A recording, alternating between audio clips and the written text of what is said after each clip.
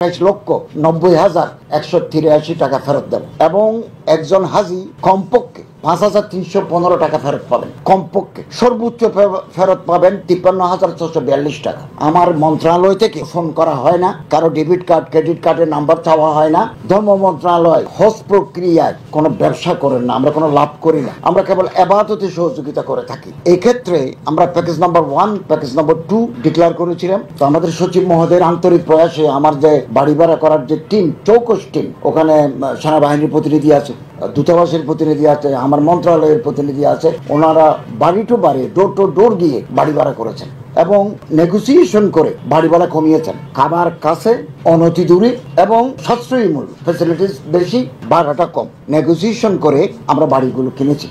এতে কিছু টাকা আমাদের সারপ্লাস রয়ে গেছে এবং একজন হাজি কমপক্ষে ৫,৩১৫ টাকা ফেরত পাবেন। কমপক্ষে সর্বোচ্চ ফেরত পাবেন ৫৩,৬৪২ টাকা এবং ৪,৯৭৮ জন হাজিকে, সরকারি হাজির সংখ্যা হতে ৫,০০০, এর মধ্যে ৪,৯৭৮ জন হাজিকে আমরা সর্বমোট ৮,২৮,৯০,১৮৩ টাকা ফেরত দেব। এই টাকা আমাদের হাতে আছে। আমরা তাদের অ্যাকাউন্টে এই টাকা ব্যাংকের মাধ্যমে, বিএফটিএন এর মাধ্যমে আমরা তাদের অ্যাকাউন্টে পৌঁছিয়ে দেব।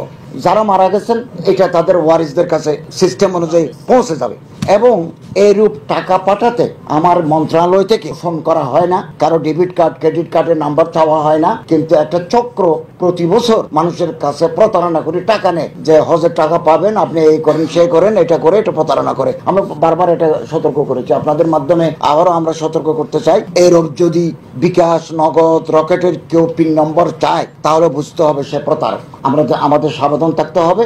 প্রতিটি হাজির নাম্বার আমাদের কাছে আছে, তাদের অ্যাকাউন্ট নাম্বার আছে। আমরা খুব অতি সত্তর, এটা আমরা গতকাল হজ মিশন থেকে তথ্য নিয়েছি। আমরা এই পরিমাণ টাকা একেবারে গ্র্যাজুয়ালি তাদের অ্যাকাউন্টে পৌঁছে দেবো। ৮,৯০,১৮৩ টাকা। আমরা এটা না বলেও পারতাম, যেহেতু আমরা ট্রান্সপারেন্সি বিশ্বাস করি, রুল অফ লতে বিশ্বাস করি, সমস্ত কাজ বিধিবিধানের আওতায় আসুক সেটা বিশ্বাস করি এবং এটা আমরা কাজ করি বলেই এই টাকা আমরা ফেরত দিতে সম্মত।